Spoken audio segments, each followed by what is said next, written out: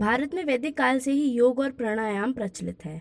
बड़े बड़े ऋषि मुनियों ने योग और आयुर्वेद की उपलब्धता को मानव जीवन में प्रगति का आधार बताया है। लेकिन 21वीं सदी की इस तकनीकी दुनिया में योग के महत्व को बनाए रखने का पूरा श्रेय बाबा रामदेव को जाता है, जिनके अथक प्रयास का ही परिणाम रहा कि आज योग और प्राणायाम भारत समेत विश्व के कई देशों के लोगों द्वारा अपने अपने घरों में अपनाया गया है। इतना ही नहीं, बाबा रामदेव दुनिया भर के लाखों करोड़ों लोगों को योग प्रक्रिया से परिचित करा चुके हैं। इसी क्रम में भारत सरकार ने योग की महत्ता को देखते हुए हर साल 21 जून को विश्व योग दिवस मनाने की शुरुआत की। तो चलिए आज हम आपको बताते चलते हैं कि रामदेव बाबा के जीवन के बारे में।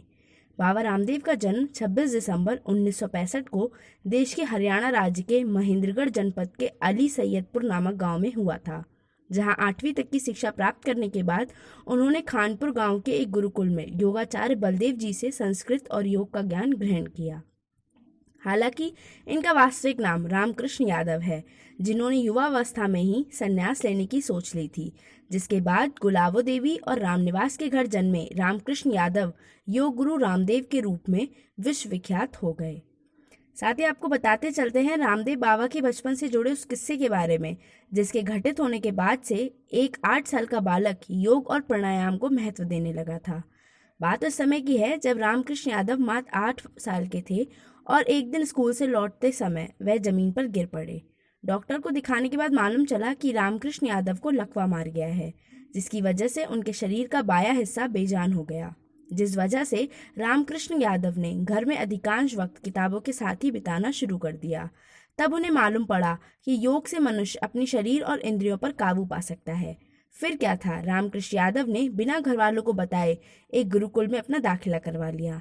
माना जाता है कि वहीं उनकी मुलाकात एक गार्ड के बेटे से हुई, जिनका नाम बालकृष्ण है, जिनकी आयुर्वेद में अच्छी खासी रुचि थी, जिसके बाद दोनों ने मिलकर योग और आयुर्वेद को नई ऊंचाइयों तक पहुंचाया।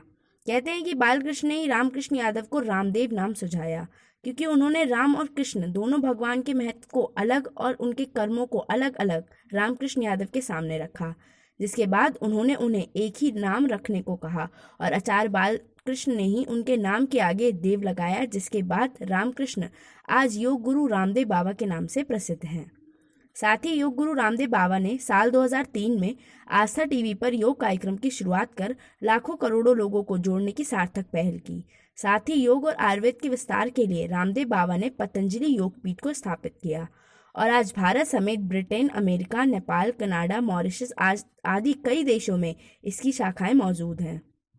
इतना ही नहीं, योग गुरु बाबा रामदेव ने कई सामाजिक चेतना संबंधी कार्यों में भी बढ़ चढ़कर प्रतिभाग किया, जिनमें स्वच्छता अभियान, अन्ना हजारे का भ्रष्टाचार आंदोलन आदि शामिल हैं।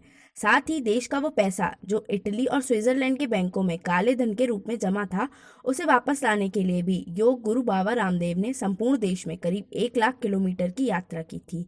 इसके अलावा योग गुरु रामदेव बाबा ने अब देश के जवानों को स्वस्थ रखने के लिए उन्हें भी योग की मुहिम से जोड़ना शुरू कर दिया है।